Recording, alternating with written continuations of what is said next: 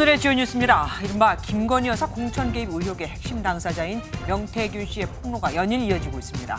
대통령실은 경선 때 국민의힘 관계자가 명 씨를 데려와 2차례 만났을 뿐 이후엔 연락하지 않았다고 반박했습니다. 재보궐선거를 일주일 앞두고 여야 대표는 모두 부산 금정구를 찾아 선거 유세를 펼쳤습니다. 여야 대표는 최근 이재명 대표의 끌어내려야 발언을 두고 맞붙었습니다. 미국 동남부를 강타한 허리케인으로 200명이 넘게 숨진 가운데 최고 등급의 허리케인이 상륙을 또 앞두고 있습니다. 큰 피해가 우려되는 플로리다는 비상사태를 선포하고 주민 대피령을 내렸습니다. 북한이 남측과 연결되는 철도와 도로를 오늘부터 완전히 끊고 남측 국경을 차단하는 요새화 공사를 진행하겠다고 밝혔습니다. 북한은 미군 측에는 전화 통지문을 사전에 발송했습니다.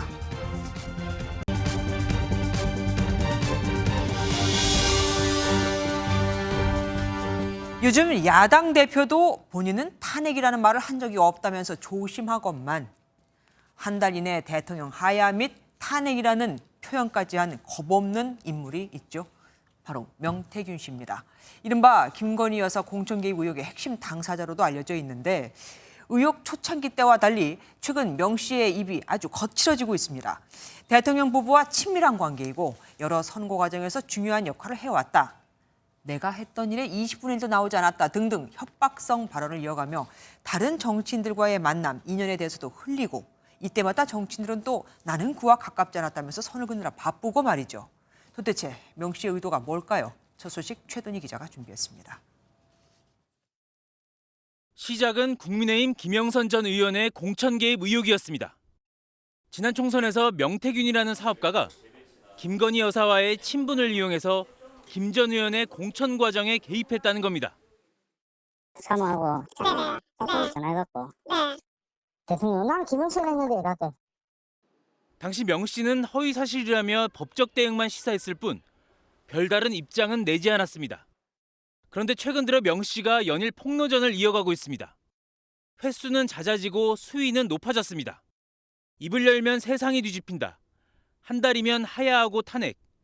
정권이 무너진다 등 협박성 발언을 서슴지 않습니다. 또 대통령 사저를 수시로 방문했다며 윤 대통령 부부와의 친분을 과시하는가 하면 국무총리를 추천했으며 인수위 참여를 제안받았고 심지어 후보 단일화 성사 등을 언급하며 본인의 정치적 역할을 부각하기도 합니다. 그런 뒤엔 폭로 주장 하루 만에 농담이었다고 돌연 말을 바꿨습니다.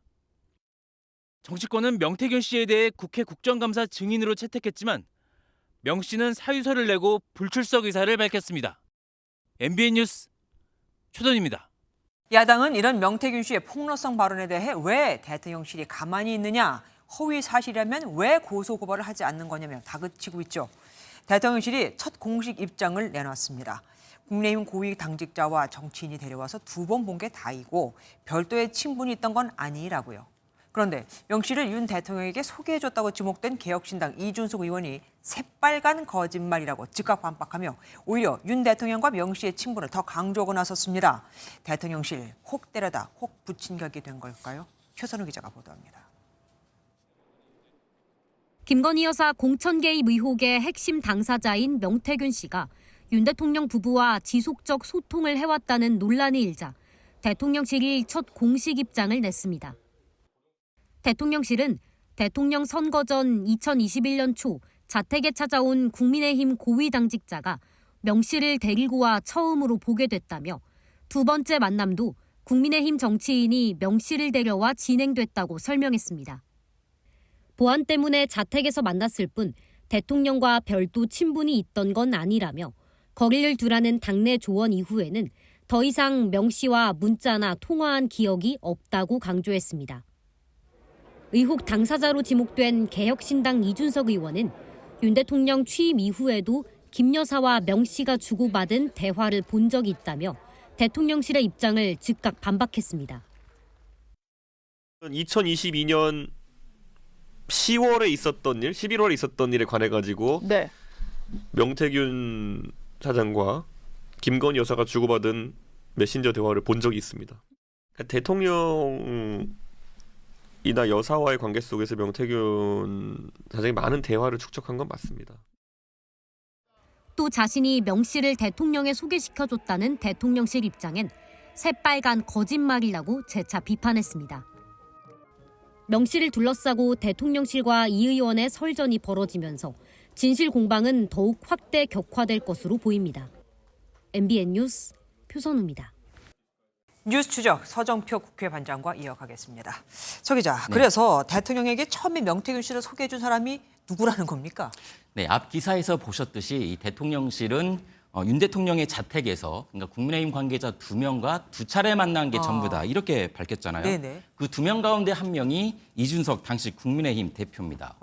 이준석 대표를 통해 이 명태균 씨를 처음 알게 됐다 이런 취지로 입장을 내놔서 이준석 의원이 거짓말이다 이렇게 강력하게 부인을 한 겁니다. 그런데 김종인 전 국민의힘 비대위원장도 자택이 아닌 곳에서 명태균 씨를 대통령 부부하고 함께 본 적이 있다 이렇게 얘기했잖아요. 네, 그렇습니다. 지난 21년 7월입니다.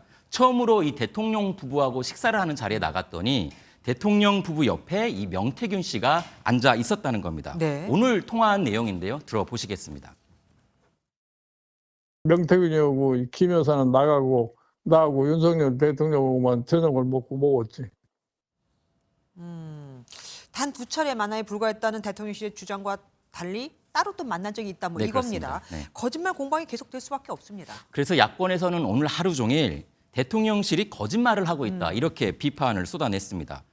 조국 혁신당은 대통령 부부가 언제 명태균 씨를 알게 됐는지 직접 밝히라고 답을 했고요. 민주당도 더 이상 침묵으로 회피할 수 없다 이렇게 공격을 했는데 들어보시겠습니다.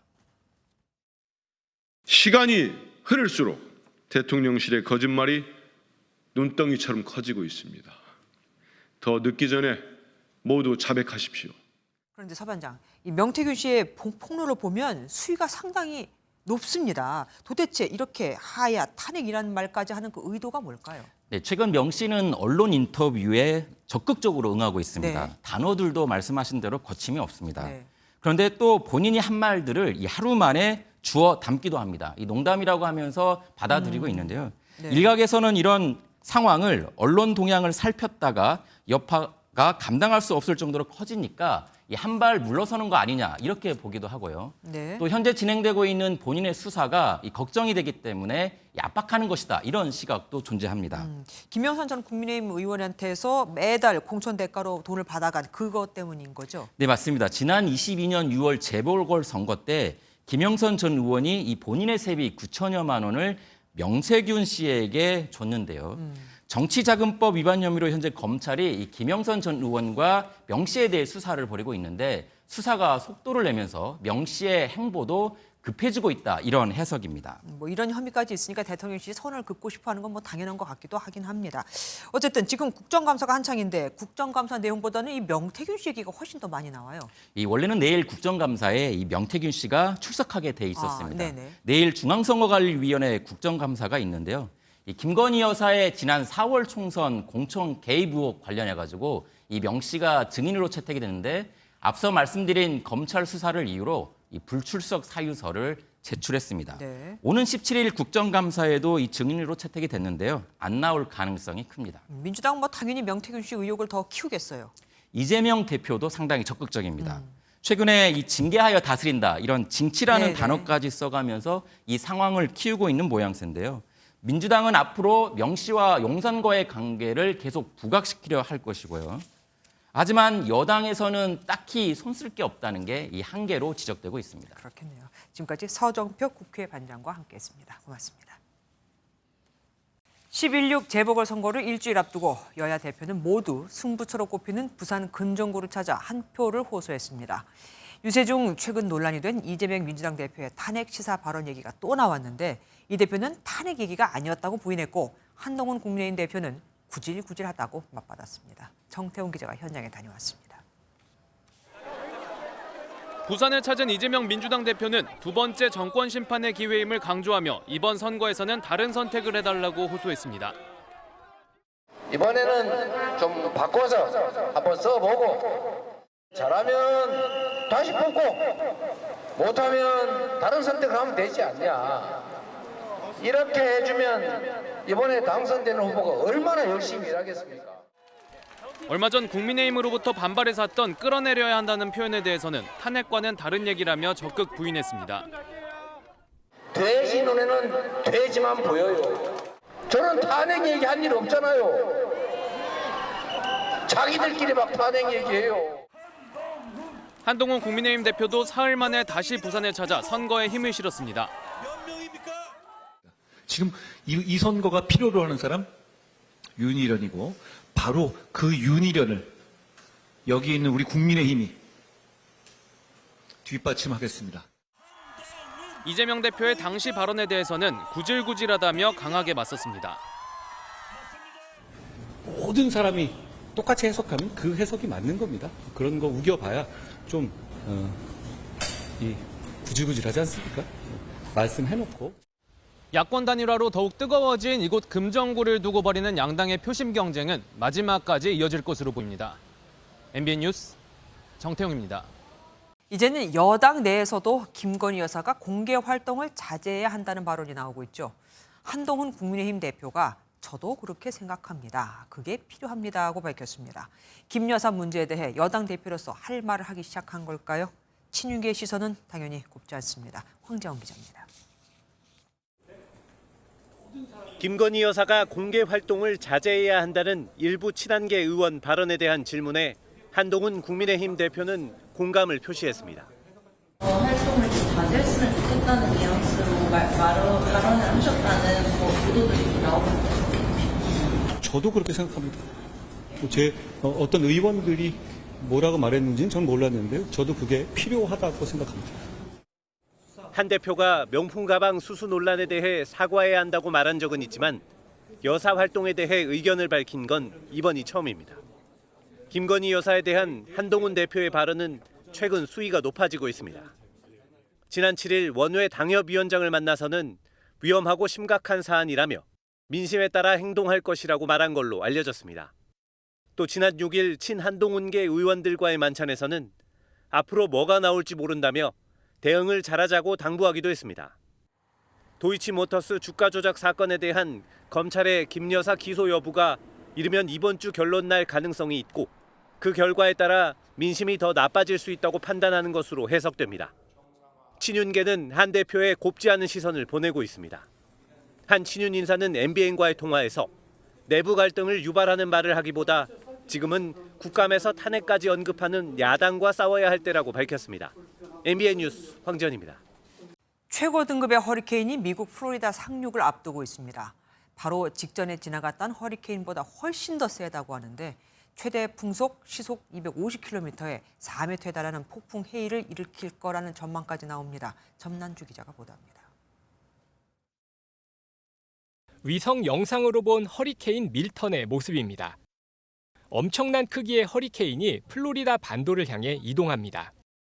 상륙이 임박한 플로리다의 한 고속도로는 피난 차량이 한꺼번에 몰리며 주차장을 방불케 합니다. 수족관은 생선을 든 사육사가 펭귄을 케이지로 유인하는 등 펭귄을 옮기느라 정신이 없습니다. 시민들은 피해를 막고자 유리창을 나무판으로 막고 빗물 유입을 막기 위한 모래주머니까지 구축해놨습니다. I just have a little staycation and play it safe and hope my house is there when I get back. 밀턴은 허리케인 5등급 가운데 가장 강력한 최고 등급으로 최대 풍속은 무려 시속 250km에 달합니다. 2주 전 허리케인의 피해를 당한 주민들은 수습도 못한 상황에서 걱정이 앞섭니다. This is an older home and it doesn't have hurricane windows and it would be very dangerous. 당국은 플로리다의 상륙 시 생명을 위협하는 피해를 줄 수 있다고 경고했습니다. We hope to have as minimal damage as possible, but looking at how big this storm is, there's going to be significant damage in different parts of Florida. 플로리다에는 2주 전에도 허리케인 탓에 230명의 사망자와 수십조 원의 재산 피해가 발생한 바 있어 잔뜩 긴장하는 모습입니다. MBN 뉴스 전남주입니다. 이 허리케인은 아직 닥치지도 않았는데 이미 미 대선에도 영향을 미치고 있습니다. 남부 경합주에 피해가 집중되면서 현 정부가 이민자 지원을 위해서 예산을 다 써버려 허리케인 피해를 구제할 돈이 없다는 트럼프와 자신의 이익을 위해서 거짓말로 정치적 게임을 하고 있다는 해리스가 또 맞붙은 겁니다. 박혜빈 기자가 보도합니다. 2주 전 230명 넘는 사망자를 낸 허리케인 헐린을 두고 트럼프 전 대통령이 바이든 해리스 정부의 대응을 강도 높게 비난했습니다. 정부가 공화당 거주 지역에 대한 지원을 보류하고 있다고도 주장했습니다. Kamala Harris has left them stranded. This is the worst response to a storm or a catastrophe or a hurricane. SNS에도 미국은 이 무능한 바보들을 4년 더 견딜 수 없다며 전 세계가 우리를 비웃고 있다고 비판 수위를 높였습니다. 그러자 해리스 부통령은 TV 프로그램에 출연해 트럼프가 거짓 주장으로 정치적 개입을 하고 있다며 무책임하다고 비판했습니다. People are losing their home with no hope of ever being able to reconstruct or return. And the idea that somebody would be playing political games for the sake of himself, but this... 허리케인의 피해가 플로리다, 조지아, 노스캐롤리나 등 남부 경합주에 집중되면서 두 후보 간 공방이 점점 격화되는 모습입니다. 바이든 대통령 역시 해외 순방도 취소하면서 피해 최소화에 총력을 기울이는 등 허리케인이 미 대선판을 흔들고 있습니다. MBN 뉴스 박혜빈입니다. 이스라엘이 헤즈볼라 차기 수장까지 사살했다고 공식 발표했습니다. 더는 버틸 힘이 없었던 걸까요? 헤즈볼라는 지상전 돌입 8일 만에 휴전을 시사하는 입장을 내놨습니다. 이교욱 기자가 보도합니다. 헤즈볼라 수장 나스랄라 사살 후 후계자 사피에딘 역시 이스라엘군의 대규모 폭격에 사망했다고 이스라엘 측이 공식 발표했습니다. We took out thousands of terrorists, including Nasrallah himself, and Nasrallah's replacement, and the replacement of his replacement. 항전 의사를 거듭 밝혀온 헤즈볼라는 차기 수장을 잃은 탓인지 돌연 휴전 가능성을 시사했습니다. 지상전 개시 후 8일 만입니다. بعد أن يترسخ موضوع وقف إطلاق النار وتستطيع الدبلوماسية أن تصل إليه كل التفاصيل الأخرى. 미국 정부는 헤즈볼라가 입은 타격이 그만큼 심각하다는 걸 보여준다고 분석했습니다. 이란에 대한 이스라엘의 보복도 초읽기에 들어갔습니다. 미국이 확전을 막기 위해 이란과 대화에 나섰다는 언론 보도도 나왔지만 이스라엘은 국방장관의 방미 일정까지 연기하면서 협조하지 않고 있습니다. On Secretary Austin's bilat with Minister Gallant, we were just informed that Minister Gallant will be postponing his trip to Washington, D.C. Secretary Austin looks forward to seeing him soon. 이스라엘은 그동안 이란 본토를 타격하면서도 석유 시설이나 핵 관련 시설은 표적에서 제외했었지만 보복 공격의 수위가 높아질 경우 확전에 기름을 부을 것으로 우려됩니다. MBN 뉴스 이교욱입니다. 불에 탄 1톤 트럭 안에서 백골 상태의 시신이 발견됐습니다. 그런데 이미 수개월 전부터 주민들의 신고가 있었고 지난 7월엔 경찰이 현장에 다녀갔었습니다. 경찰이 당시 초동 수사를 제대로 안 한 거죠. 얼마나 대충 보고 갔으면 앞좌석에 있던 시신을 못 보고 그냥 갔을까요? 강세훈 기자가 단독 취재했습니다. 1톤 트럭 한 대가 뒤틀린 채 농로 비탈면에 쓰러져 있습니다. 트럭 앞쪽은 시커멓게 불에 탔습니다. 지난 3일 이 트럭에서 백골 상태의 시신이 발견됐습니다. 인근 마을 주민이 발견해 경찰에 신고한 겁니다. 트럭이 있었던 자리입니다. 지금은 정밀 감식을 위해 경찰이 견인해 갔는데요. 현장에는 이렇게 차가 불에 탔던 흔적이 있습니다. 그런데 불에 탄 트럭을 확인해 달라는 주민들의 신고는 수개월 전부터 있었습니다. 지난 7월 20일에는 파출소에서 경찰관 2명이 현장까지 왔지만 특이점이 없다며 그냥 돌아갔습니다. 혹시 실종된 사람이나 집 집은 게 한번 알아보라고 했더니 뭐 그러고 가고 말았죠. 일반 사고가 아닌 범죄 가능성도 있는데도 초동 수사를 부실하게 한 겁니다. 관할 경찰서도 후속 조치 없이 방치 차량으로 종결 처리했습니다. 생각을 못했어요. 설마 백골 상태로 거기 사람이 있으리라고는. 제가 물론 거기에서 적극적으로 수색을 안 한 것은 제가 인정을 할게요. 경찰은 뒤늦게 사망자 신원과 정확한 사망 원인을 조사하고 있습니다. MBN 뉴스 강세훈입니다.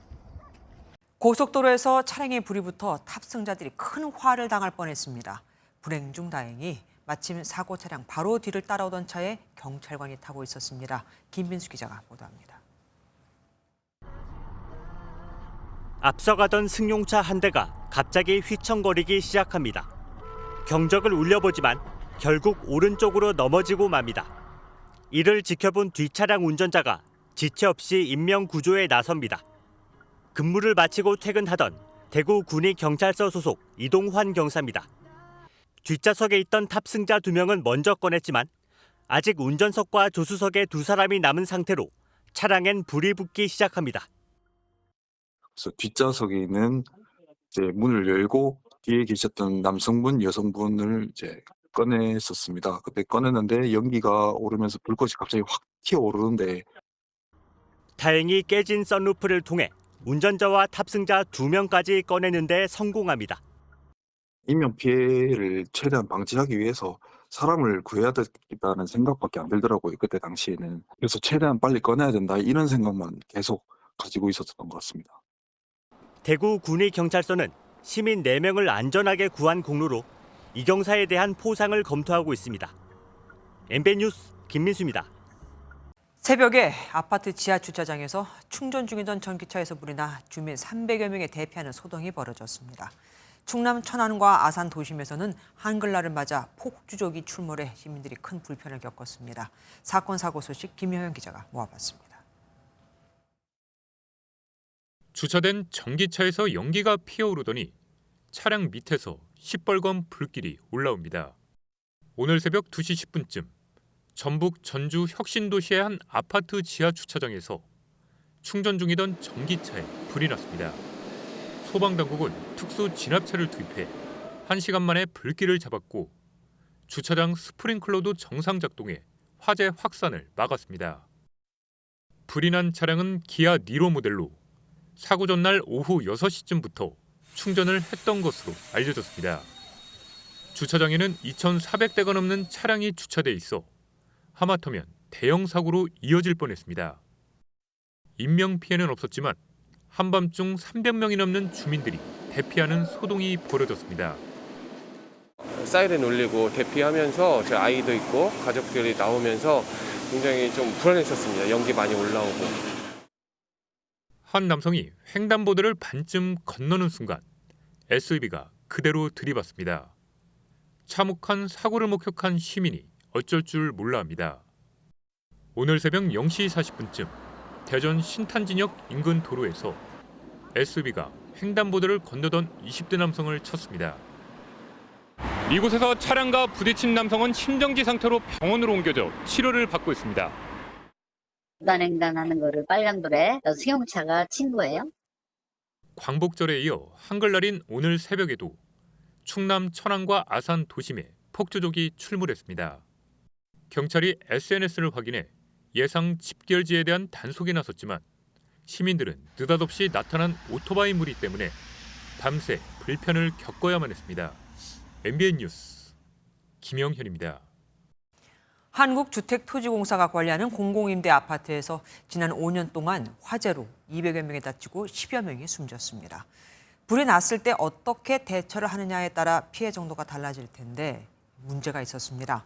화재가 났을 때 써야 할 에어매트에는 곰팡이가 피어 있었고 세대 절반은 스프링클러가 설치되어 있지 않았습니다. 김태희 기자가 현장을 살펴봤습니다. 서울의 한 LH 임대 아파트입니다.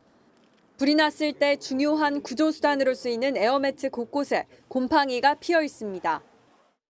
아파트 주차장 뒤쪽에 공기 안전매트가 방치되어 있습니다. 먼지가 쌓여 있고 매뉴얼이 없어 제대로 작동하는지 알기 어렵습니다.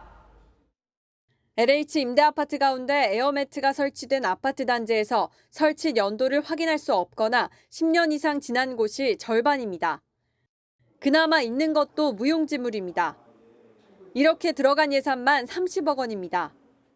근데 요거를 쓸 수 없는 상황인 것이 너무 무겁기 때문에 관리실 직원 3명이서 이건 할 수가 없습니다.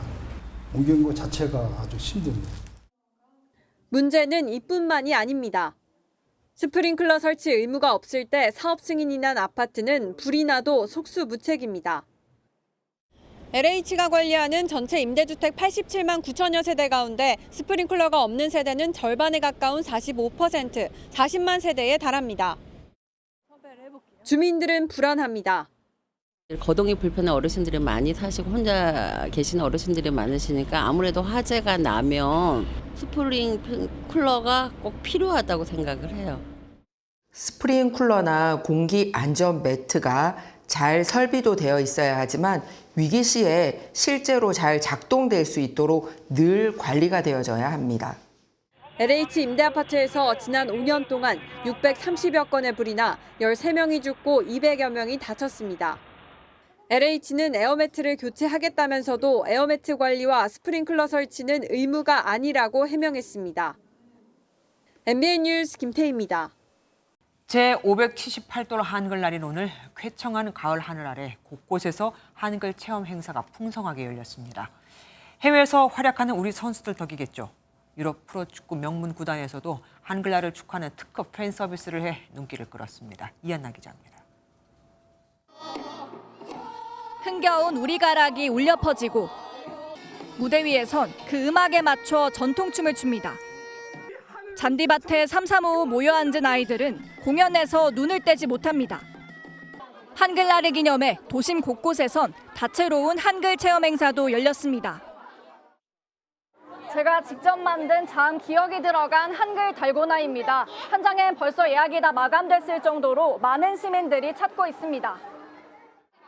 직접 만든 훈민정음 탁본을 자랑스레 내어 보이고 마음에 드는 한글 티셔츠를 골라 입어보기도 합니다.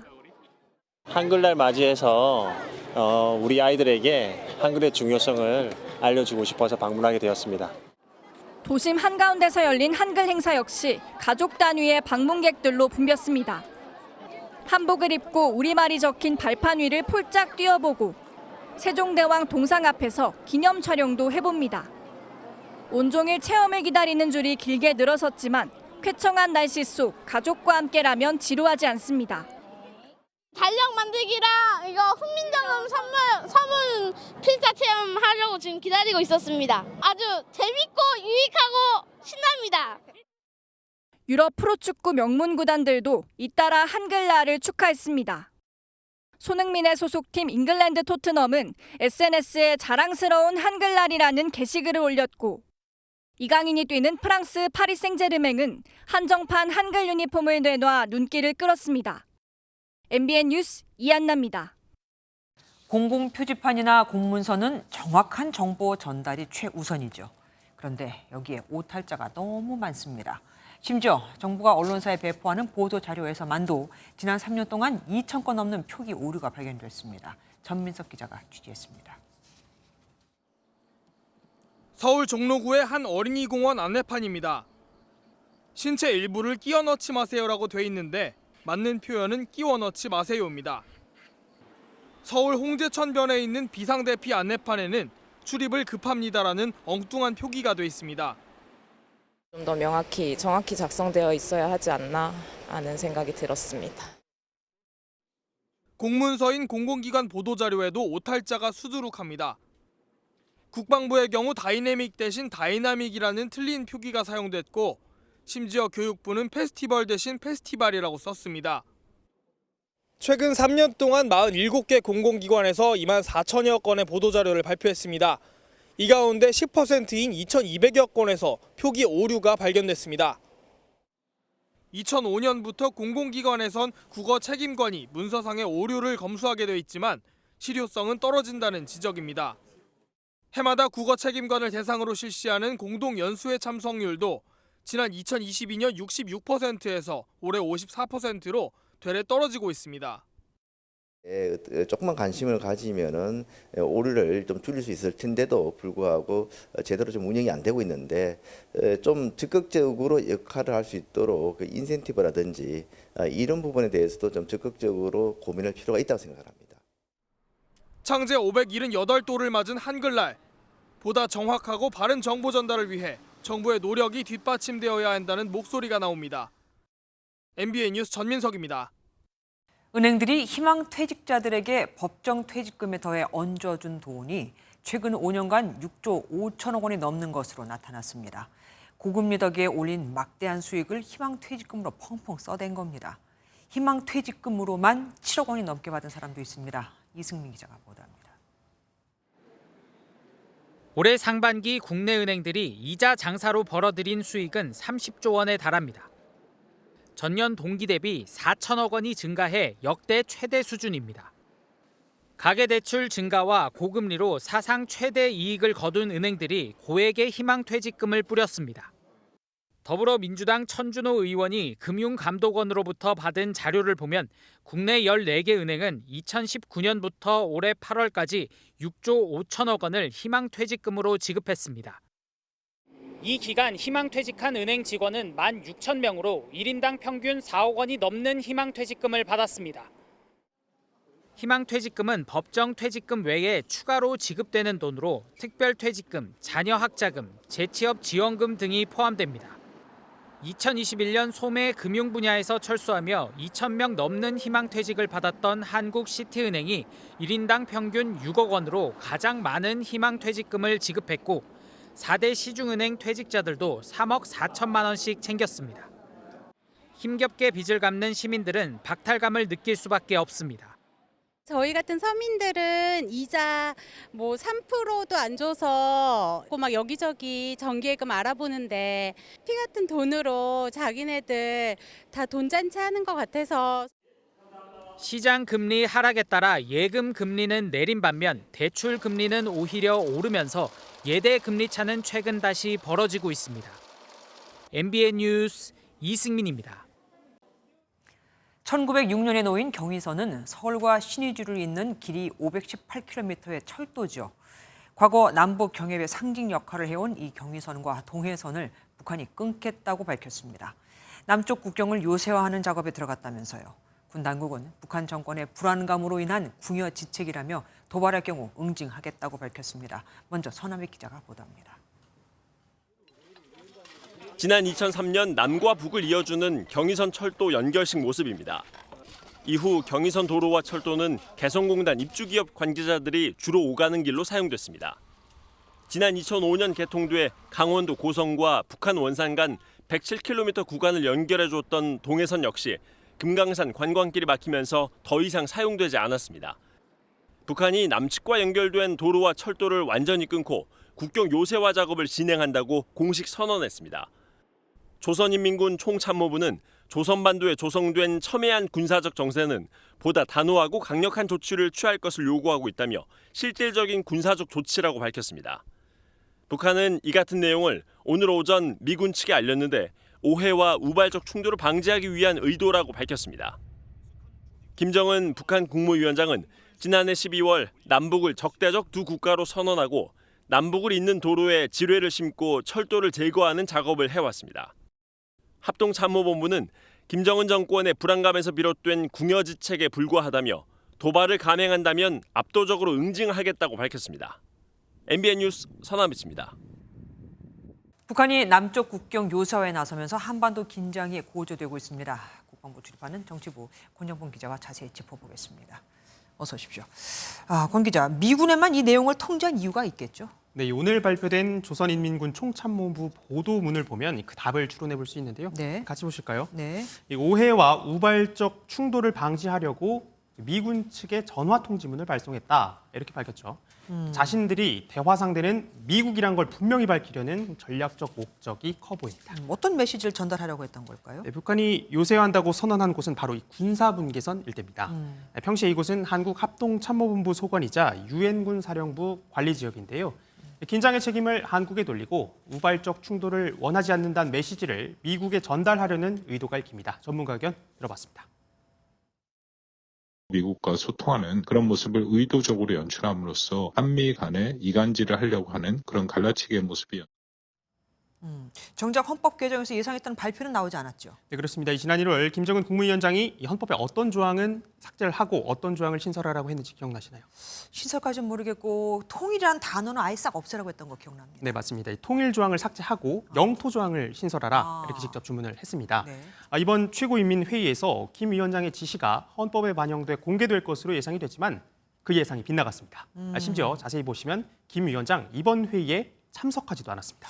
북한에서 최고 권력자의 지시가 이행되지 않았다. 그건 이해가 안 되는데. 네, 그렇습니다. 이례적이죠. 북한은 이 정전협정을 인정하지 않는데요. 네. 그 정전협정으로 획정된 군사분계선을 이 남쪽 국경선으로 명시하는 것 자체가 일단 모순이기 때문입니다. 영토조항 신설 등이 아예 반영될 수 없었을 것이란 분석이 나오는 이유입니다. 이것도 들어봤습니다. 중폭의 헌법 개정이기 때문에 비공개로 하고 이거를 통과시켰다라는 거는 사례도 없고 그렇게 할 이유가 없죠. 네, 그러니까 쉽게 말해서 이 선 남북한 단절 후 헌법 개정 수순을 밟을 가능성이 있다는 겁니다. 혹시 개정은 하고 발표만 하지 않았을 가능성은 없습니까? 물론 그럴 가능성도 있습니다. 이 총참모부가 요새화로 국경 차단 조치에 나선 게 영토조항 개정에 따른 첫 번째 조치일 수 있다는 건데요. 네. 미국 대선을 앞두고 국제 정세에 미칠 영향 등을 고려해서 개정 발표 시기만 연기했을 수도 있습니다. 뭐든지 다 철저하게 계산적으로 움직이는 북한이니까 뭐 그럴 수도 있겠습니다. 지금까지 권영봉 기자와 함께했습니다. 고려아연 경영권 확보를 위해 공개 매수를 진행하고 있는 사모펀드 MBK 파트너스가 공개 매수 가격을 더는 올리지 않겠다고 선언했습니다. 이복현 금융감독원장이 경고성 발언을 한 이후 하루 만에 나온 선언이라 겉으로만 봐서는 MBK가 손을 든 것처럼 보이지만 아닙니다. 지금대로라면 MBK에 승산이 있고 고려아연이 공개 매수가를 추가로 인상하더라도 승자의 저주 책임론을 제기하겠다는 속내가 깔려 있습니다. 최은미 기자가 보도합니다. 고려아연과 경영권 다툼을 벌이고 있는 MBK 파트너스가 공개 매수 가격을 더 이상 올리지 않겠다고 밝혔습니다. 고려아연과 영풍정밀의 현재 공개 매수 가격은 적정 가치에 비해 충분히 높은 가격이라는 이유에서입니다. 고려아연 측에서 가격을 더 올려 지분 확보에서 불리한 위치에 서게 되더라도 이 이상 가격 경쟁은 하지 않겠다고 선언한 겁니다. MBK 영풍연합이 고려아연 지분 확보에 뛰어들면서 55만 원 선이던 고려아연의 주가는 77만 원까지 급등했습니다. 고려아연 지분 1.85%를 보유한 영풍정밀 주가 역시 공개 매수 발표 후 9천 원대에서 3만 3천 원대로 치솟은 상태입니다. MBK가 사실상 한 발 물러서면서 공은 고려아연 최윤범 회장 측으로 넘어갔습니다. 현재 양측 모두 공개 매수 가격을 83만 원으로 정하고 있지만 MBK 측의 종료 시점이 14일로 9일 더 빨라 최 회장 측이 매수 가격을 추가로 인상할 가능성이 제기됩니다. 그러나 금융당국이 지나친 가격 경쟁을 경고한 데다 승자의 저주를 우려하는 목소리도 커 부담이 클 거라는 지적도 있습니다. MBK 입장문에 대해 고려아연 측은 14일까지 MBK의 공개 매수에 응하라는 유인 메시지에 지나지 않는다며 또 다른 시장 질서 교란 행위라고 밝혔습니다. MBN 뉴스 최은미입니다. 우리나라가 4번의 도전 끝에 세계 3대 채권 지수인 세계 국채 지수에 들어갈 수 있게 됐습니다. 내년 11월 지수 편입이 이루어지면 적어도 75조 원의 국채 자금이 국내로 유입될 것으로 정부는 예측하고 있습니다. 고정수 기자입니다. 런던 증권거래소 그룹 산하 FTSE 러셀은 내년 11월부터 한국을 세계 국채 지수 WGBI에 추가할 예정이라고 밝혔습니다. 한국의 시장 접근성 수준이 편입 요건인 2단계를 충족했다는 설명입니다. 지난 15년간 가입을 추진해온 정부는 한국 국채 시장이 대갑받기에 성공했다고 평가했습니다. 세계 10위권인 경제 규모나 국가 신용도에 비해 제대로 평가받지 못하였습니다만 이번을 계기로 우리 채권 시장에 대한 평가가 경제 체급에 맞게 WGBI 추종 자금은 약 2조 5천억 달러. 이 중 2.2%인 한국의 편입 비중을 고려하면 최소 75조 원의 자금이 국채 시장에 유입됩니다. 정부는 한국 채권을 찾는 수요가 늘어 대규모 달러가 들어오니 금리와 환율 안정, 재정 운용 여력도 커질 것으로 기대하고 있습니다. 다만 지수 편입을 위해 공매도 금지 문제는 풀어야 할 숙제입니다. 저희가 내년 이제 1년 정도의 어떤 유예 기간, 준비 기간 동안에 또 중간에 점검도 받아야 되고요. 그런 부분들은 충분히 소통을 하면서 자본 유입이 확대되면 대외 요인에 따른 변동성이 커지는 만큼 세계 금융시장 변화에 철저히 대비해야 한다는 목소리도 나옵니다. MBN 뉴스 고정수입니다. 장기간 이어지고 있는 내수 부진으로 경기에 빨간불이 들어왔다고 어제 전해드렸죠. 왜 그런 걸까요? 사람들의 씀씀이 여력이 떨어졌기 때문입니다. 물가가 오르고 가계빚이 늘어 소비할 여윳돈이 없고 이 원리금 상환에 소득의 100% 이상을 쓰는 가계 대출자만도 150만 명을 넘거든요. 또 주식시장에마저 침체하면서 재산을 증식할 수단도 사라지고 있습니다. 긴급진단 경기 빨간불 들어왔나? 오늘은 길기범 기자가 알아봤습니다. 2030과 외국인 관광객이 많이 찾는 홍대 입구입니다. 한때 임대료가 치솟던 인기 상권이지만 지금은 문을 닫은 매장부터 임대를 내놓은 점포가 곳곳에 눈에 띕니다. 상인들은 외국인 관광객 발길이 끊겼던 코로나 팬데믹 때보다 더 힘들다고 입을 모읍니다. 사람들이 지갑을 열지 않는다는 겁니다. 코로나 때는 그냥 다 안 되고 사람이 없으니까 지금은 사람도 있고 뭐 그런데 장사가 안 되니까 그냥 구경만 하고 또 계속 생각만 하시고 가시는 거예요. 소비 수준을 보여주는 소매 판매액 지수는 지난 2022년 2분기부터 9분기 연속 하락했고 가계 여윳돈을 의미하는 가계 순자금 운용 규모도 분기마다 뚝뚝 떨어지고 있습니다. 가계 빚은 14조 6천억 원까지 늘었고 157만 명이 대출 원금과 이자를 갚는데 번 돈을 고스란히 쓰고 있습니다. 저도 매장 2개 운영하다 하나는 문을 닫았습니다. 대출도 끝까지 차 있고 지금 계속 하루하루 버티는 게 일이라고 해야 되나 그런 상태입니다. 일단은 물가가 너무 많이 오르다 보니까 제 벌어들이는 거는 똑같은데 옷 같은 경우는 좀 당근 마켓이나 그러니까 중고 거래를 많이 하고 돈을 불리기도 쉽지 않습니다. 집값이 천정부지라 부동산 투자는 꿈도 꾸기 어렵고 코스피가 2,600 밑으로 주저앉은 주식시장은 외면받고 있습니다. 한때 10만 원을 간다던 삼성전자 주가마저 6만 원대로 내려앉아 투자금을 물린 개미들은 그야말로 울상입니다. 이제 한 마이너스 12% 정도 되는 것 같은데 코스피를 4년 동안 투자를 해오면서 그러니까 한 번도 지금 그 박스권에 갇혀서 나와본 적을 본 적이 없어요. 한국은행이 이번 주 금리를 내려 돈을 풀더라도 깊어지는 소비 침체와 내수 부진의 골을 메울 수 있을지는 의문이라는 시각마저 나옵니다. MBN 뉴스 길기범입니다. 연금 개혁의 현 주소 그리고 나아갈 길은 무엇인지 MBN이 연중 기획으로 다뤄보겠습니다. 누군가는 해야 하지만 부담이 큰 연금 개혁. 고양이 목에 방울 달기와 꼭 닮아 있죠. 정부가 어렵사리 나섰지만 서로 물어뜯기 바쁜 국회, 논의는 뒷전입니다. 특히 연금액 자동 조정 장치와 세대별로 다른 보험료를 인상을 두고는 전문가들의 평가가 엇갈리고 있는데요. 첫 순서 안병수 기자가 이들의 의견을 들어봤습니다. 국회로 던져진 연금개혁 정부안. 여야 주도권 싸움에 논의는 답보 상태입니다. 소득 대체율은 현행 42% 수준이지만 보험료율을 13%까지 세대별 차등 인상하고 연금액에는 자동 조정 장치를 도입하는 게 핵심입니다. 전문가들 사이에서도 비교적 후한 점수부터 사실상 낙제점까지 평가가 교차합니다.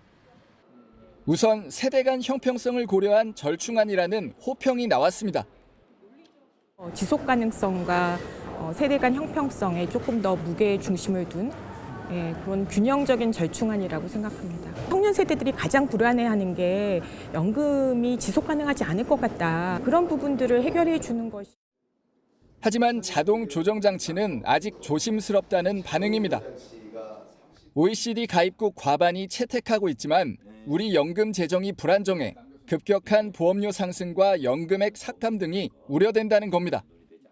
관련해 한 시뮬레이션에서는 정부안에 따라 전 세대에서 최소 7천만 원씩 받는 돈이 줄어드는 걸로 나타났습니다. 재정 안정화를 달성하고 나서 자동 조정 장치를 도입했어요. 따라서 이 장치에 의한 영향이 크지 않습니다. 이례적으로 내부의 재정 불안정, 재정 불균형 문제를 안고 있어요. 또 차등 보험료율 인상 대신 국가 책임을 강화해 국민연금을 포함한 노후 소득 대책을 고민해야 한다는 쓴소리도 나옵니다. 젊은 사람이 이익 보고 손해보고 모든 논쟁을 그런 식으로 돌리면서 국가가 빠져서 그 책임을 회피하고 있는 상황인 거죠. 국민들의 노후 소득을 보장하겠다는 생각이 더 중요한 거죠. 국민연금이 모자라면 다른 걸 또 해야 되는 거죠. 우리나라 노인 빈곤율은 OECD 가입국 중 1위인 40%. 논의 첫걸음을 더 이상 미뤄선 안 된다는 건 만장일치였습니다. MBN 뉴스 안병수입니다.